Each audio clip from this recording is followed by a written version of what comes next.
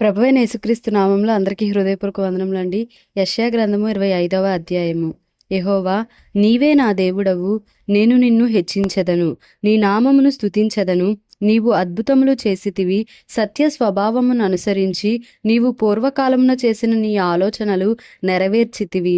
నీవు పట్టణము దిబ్బగాను, ప్రాకారము గల పట్టణము పాడుగాను, అన్యుల నగరి పట్టణముగా మరల ఉండకుండా నీవు చేసితివి. అది మరలా ఎన్నడూనూ కట్టబడకుండా చేసితివి.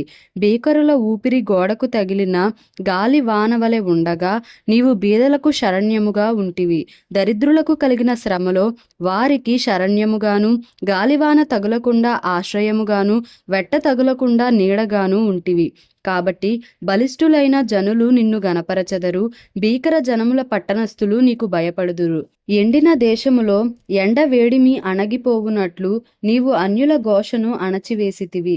మేఘఛాయ వలన ఎండ అణచివేయబడునట్లు బలాత్కారుల జయకీర్తన అణచివేయబడును. ఈ పర్వతము మీద సైన్యములకు అధిపతియగు యెహోవా సమస్త జనముల నిమిత్తము క్రొవ్విన వాటితో విందు చేయును. మడ్డి మీదనున్న ద్రాక్షారసముతో విందు చేయును.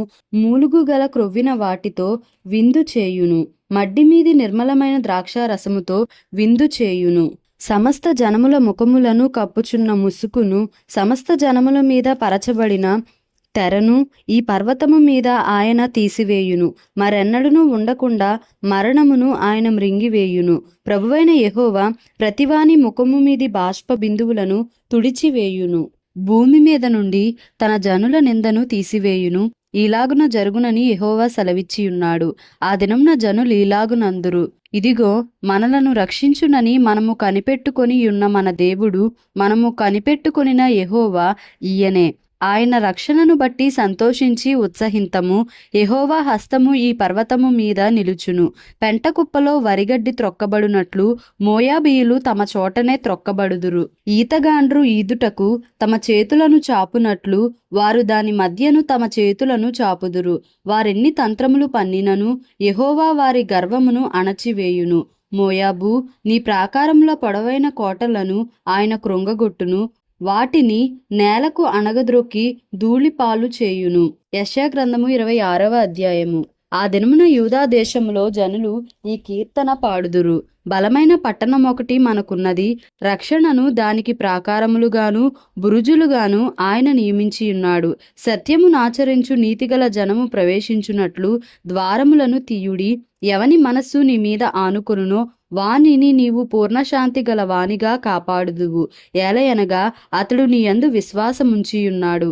యెహోవా యెహోవాయే నిత్యాశ్రయ దుర్గము. యుగయుగములు యెహోవాను నమ్ముకొనుడి. ఆయన ఉన్నత స్థల నివాసులను ఎత్తైన దుర్గమును దిగగొట్టువాడు. ఆయన వాని పడగొట్టెను, నేలకు దాని పడగొట్టెను. ఆయన ధూళిలో దాని కలిపియున్నాడు. కాళ్ళు, బీదల కాళ్ళు, దీనుల కాళ్ళు దాని త్రొక్కుచున్నవి. నీతిమంతులు పోవు మార్గము సమముగా ఉండును. నీతిమంతుల త్రోవను నీవు సరళము చేయుచున్నావు. యెహోవా, నీ తీర్పుల మార్గమున నీవు వచ్చుచున్నావని మేము నీ కొరకు కనిపెట్టుకొనుచున్నాము. మా ప్రాణము నీ నామమును నీ స్మరణను ఆశించుచున్నది. రాత్రివేళ నా ప్రాణము నిన్ను ఆశించుచున్నది.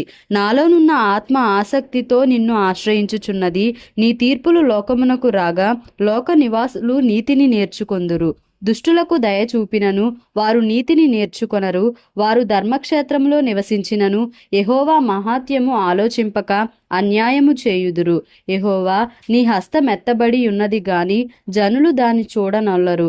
జనుల కొరకైన నీ ఆసక్తిని చూచి వారు సిగ్గుపడుదురు. నిశ్చయముగా అగ్ని నీ శత్రువులను మృంగివేయును. యెహోవా, నీవు మాకు సమాధానము స్థిరపరచుదువు. నిజముగా నీవు మా పక్షమున నుండి మా పనులన్నిటినీ సఫలపరచుదువు. యెహోవా మా దేవా, నీవుగాక వేరు ప్రభువులు మమ్ము నేలిరి. ఇప్పుడు నిన్ను బట్టియే నీ నామమును స్మరింతుము.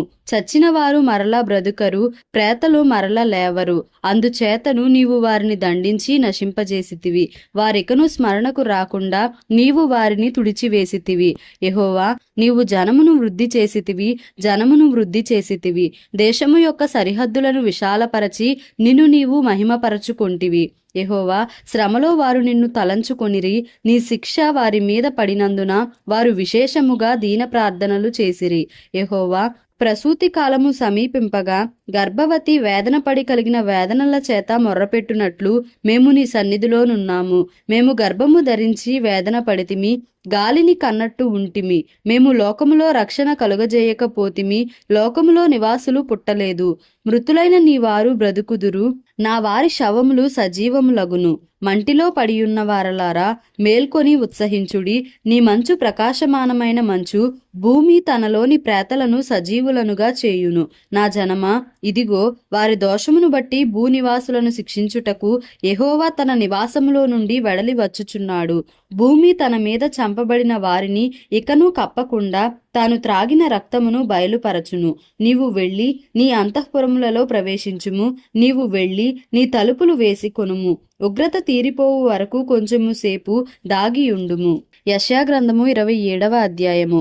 ఆ దినమున యెహోవా గట్టిదై గొప్పదై బలమైన తన ఖడ్గము పట్టుకొనును.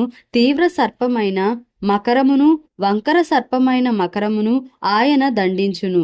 సముద్రము మీదనున్న మకరమును సంహరించును. ఆ దినమున మనోహరమగు ఒక ద్రాక్షావనముండును. దాని గూర్చి పాడుడి. యెహోవా అను నేను దానిని కాపు చేయుచున్నాను. ప్రతి నిమిషమున నేను దానికి నీరు కట్టుచున్నాను. ఎవడునూ దాని మీదికి రాకుండునట్లు దివారాత్రము దాని కాపాడుచున్నాను. నా యందు క్రోధము లేదు. గచ్చ పొదలును బలురక్కసి చెట్లును ఒకవేళ నుండిన ఎడల యుద్ధము చేయువాని వలె నేను వాటిలోనికి వడిగా జొచ్చి తప్పక వాటిని కాల్చివేయుదును.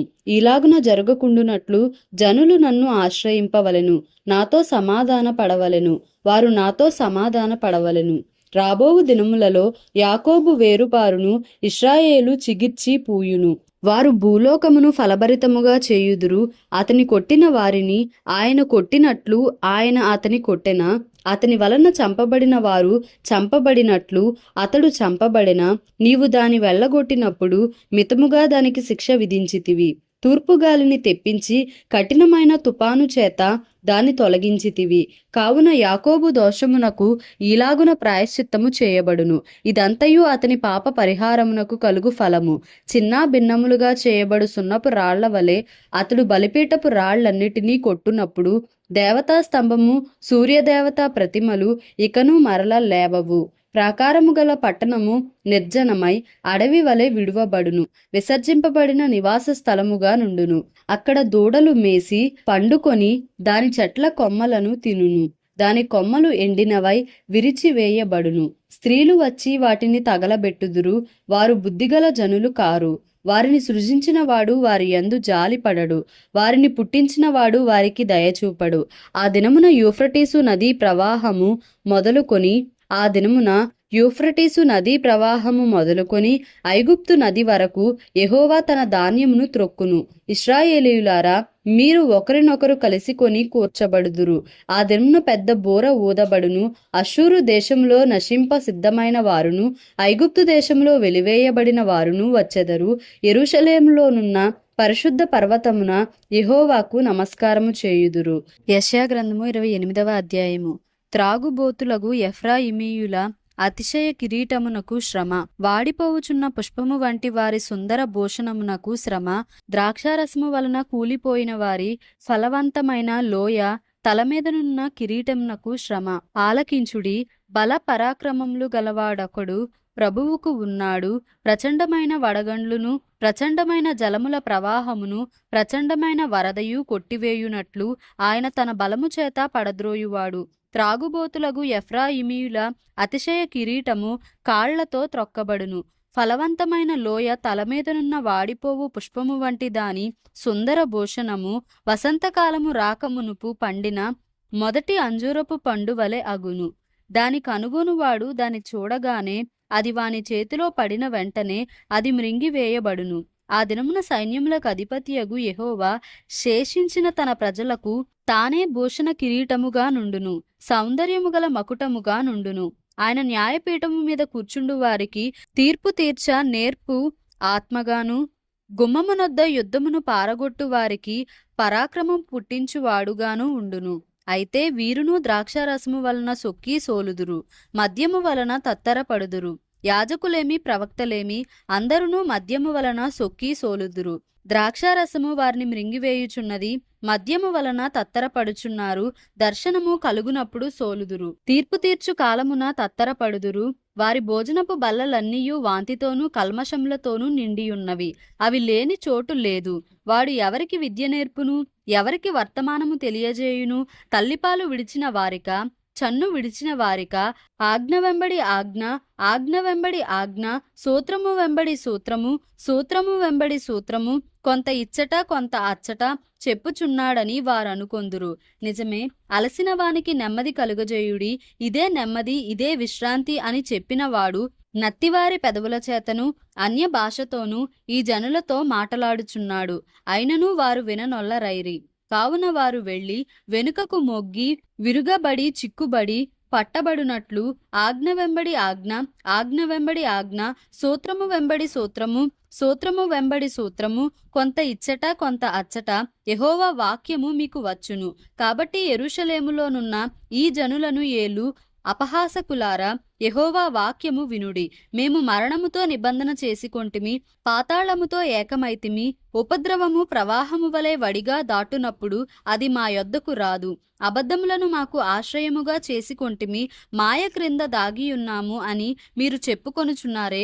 ప్రభువగు యెహోవా ఇలాగున సెలవిచ్చుచున్నాడు, సియోనులో పునాదిగా రాతిని వేసిన వాడను నేనే, అది పరిశోధింపబడిన రాయి, అమూల్యమైన తలరాయి, బహుస్థిరమైన పునాది అయిన మూలరాయి అయి ఉన్నది. విశ్వసించువాడు కలవరపడడు. నేను న్యాయము కొలనూలుగాను నీతి మట్టపు గుండుగాను పెట్టెదను. వడగండ్లు మీ మాయా శరణ్యమును కొట్టివేయును, దాగియున్న చోటు నీళ్ల చేత కొట్టుకొని పోవును. మరణముతో మీరు చేసుకొనిన నిబంధన కొట్టివేయబడును, పాతాళముతో మీరు చేసుకొనిన వడంబడిక నిలువదు. ప్రవాహము వలె ఉపద్రవము మీ మీదుగా దాటునప్పుడు మీరు దాని చేత త్రొక్కబడిన వారగుదురు. వచ్చునప్పుడెల్లను అది మిమ్మును ఈడ్చుకొని పోవును. ప్రతి ఉదయము, ప్రతి పగలు, ప్రతి రాత్రి అది వచ్చును. ఇట్టి ప్రకటన గ్రహించుట వలన మహాభయము పుట్టును. పండుకొనుటకు మంచము పొడుగు చాలదు, కప్పుకొనుటకు దుప్పటి వెడల్పు చాలదు. నిజముగా తన కార్యమును, తన ఆశ్చర్యమైన కార్యమును చేయుటకు, అపూర్వమైన తన కార్యము నొనరించుటకు ఆయన పెరాజీము అను కొండ మీద లేచినట్లు యెహోవా లేచును. గిబియోను లోయలో ఆయన రేగినట్లు రేగును. మీ బంధకములు మరి బిగింపబడకుండునట్లు పరిహాసకులై ఉండకుడి. భూమి అందంతటా నాశనము ఖండితముగా నియమింపబడెను. ప్రభువును సైన్యములకు అధిపతియునగు యెహోవా వలన నేను దాని సమాచారము వింటిని. చెవియొగ్గి నా మాట వినుడి, ఆలకించి నేను పలుకునది వినుడి. దున్నువాడు విత్తుటకు నిత్యము తన పొలము దున్నునా? అతడు దుక్కి పెల్లలు నిత్యము బద్దలగొట్టునా? అతడు నేల సదును చేసిన తరువాత నల్ల జీలకర్ర చల్లును, తెల్ల జీలకర్ర చల్లును. గోధుమలు వరుసగా విత్తును, యవలను తాను ఏర్పరిచిన చేనిలో చల్లును. దాని అంచున మిరప మొలకలు వేయును గదా. వాని దేవుడే తగిన క్రమము వానికి నేర్పియున్నాడు. ఆయన వానికి ఆ పని బోధించుచున్నాడు. సేద్యగాడు నల్ల జీలకర్ర పదునుగల యంత్రము చేత నూర్చడు, బండి చక్రములను జీలకర్ర మీద నడిపింపడు గాని కర్ర చేత నల్ల జీలకర్రను, చువ్వ చేత జీలకర్రను దొళ్లగొట్టును గదా. మనుషులు గోధుమలు గాలింపగా దాని నలుచుదురా? సేద్యగాడును ఎల్లప్పుడూ దాని నూర్చుచుండడు. ఎల్లప్పుడును అతడు బండి చక్రమును గుర్రములను దాని మీద నడిపించుచుండడు, దాని నలుపడు గదా. జనులు సైన్యములకు అధిపతియగు యెహోవా చేత దాని నేర్చుకొందురు. ఆశ్చర్యమైన ఆలోచన శక్తియు అధిక బుద్ధియు అనుగ్రహించువాడు ఆయనే. యెషయా గ్రంథము 29వ అధ్యాయము. అరీయేలుకు శ్రమ. దావీదు దండు దిగిన అరీయేలు పట్టణమునకు శ్రమ. సంవత్సరము వెంబడి సంవత్సరము గడువనీయుడి, పండుగలను క్రమముగా జరుగనీయుడి. నేను అరీయేలును బాధింపగా దుఃఖమును విలాపమును కలుగును. అందుచేత అది నిజముగా నాకు అగ్నిగుండమగును. నేను నీతో యుద్ధము చేయుచు నీ చుట్టూ శిబిరము వేయుదును, నీకెదురుగా కోట కట్టి ముట్టడి దిబ్బ వేయుదును. అప్పుడు నీవు అణపబడి నేల నుండి పలుకుచుందువు. నీ మాటలు నేల నుండి ఒకడు గుసగుసలాడునట్లుండును. కర్ణపిశాచి స్వరము వలె నీ స్వరము నేల నుండి వచ్చును. నీ పలుకు ధూళిలో నుండి గుసగుసలుగా వినబడును. నీ శత్రువుల సమూహము లెక్కకు ఇసుక రేణువులంత విస్తారముగా నుండును. బాధించువారి సమూహము ఎగిరిపోవు పొట్టు వలె నుండును. హఠాత్తుగా ఒక్క నిమిషములోనే ఇది సంభవించును. ఉరుముతోనూ భూకంపముతోనూ మహాశబ్దముతోనూ సుడిగాలి తుపానులతోనూ దహించు అగ్ని జ్వాలలతోనూ సైన్యములకు అధిపతియగు యెహోవా దాని శిక్షించును. అరీయేలుతో యుద్ధము చేయు సమస్త జనుల సమూహమును దాని మీదను దాని కోట మీదను యుద్ధము చేయువారును దాని బాధపరచు వారందరును రాత్రి కన్న స్వప్నము వలె ఉందురు. ఆకలిగొన్నవాడు కలలో భోజనము చేసి మేల్కొనగా వాని ప్రాణము తృప్తి పడకపోయినట్లును, దప్పిగొనిన వాడు కలలో పానము చేసి మేల్కొనగా సొమ్మసిలిన వాని ప్రాణము ఇంకనూ ఆశగొని ఉన్నట్లును సియోను కొండ మీద యుద్ధము చేయు జనముల సమూహమంతటికి సంభవించును. జనులారా, తేరి చూడుడి, విస్మయముందుడి, మీ కండ్లను చెడగొట్టుకొనుడి, గ్రుడ్డివారగుడి. ద్రాక్షరసము లేకయే వారు మత్తులయ్యున్నారు, మద్యపానము చేయకయే తూలుచున్నారు. యెహోవా మీ మీద గాఢ నిద్రాత్మను కుమ్మరించి ఉన్నాడు, మీకు నేత్రములుగా ఉన్న ప్రవక్తలను చెడగొట్టియున్నాడు, మీకు శిరస్సులుగా ఉన్న దీర్ఘదర్శులకు ముసుగు వేసియున్నాడు. దీనినంతటిని గూర్చిన ప్రకటన గూఢమైన గ్రంథ వాక్యముల వలె ఉన్నది. ఒకడు, నీవు దయచేసి దీని చదువుమని చెప్పి అక్షరములు తెలిసిన వానిని అప్పగించును. అతడు, అది నా వలన కాదు, అది గూఢార్థముగా ఉన్నదని చెప్పును. మరియు నీవు దయచేసి దీని చదువుమని చెప్పి అక్షరములు తెలియని వానికి దానిని అప్పగించును. అతడు, అక్షరములు నాకు తెలియవనును. ప్రభువు ఇలాగు సెలవిచ్చి ఉన్నాడు, ఈ ప్రజలు నోటి మాటతో నా యొద్దకు వచ్చుచున్నారు, పెదవులతో నన్ను గనపరచుచున్నారు గాని తమ హృదయమును నాకు దూరము చేసుకొని ఉన్నారు. వారు నా ఎడల చూపు భయభక్తులు మానవుల విధులను బట్టి వారు నేర్చుకొనినవి. కాగా నేను మరలా ఈ జనుల ఎడల ఒక ఆశ్చర్య కార్యము జరిగింతును, బహు ఆశ్చర్యముగా జరిగింతును. వారి జ్ఞానుల జ్ఞానము వ్యర్థమగును, వారి బుద్ధిమంతుల బుద్ధి మరుగైపోవును.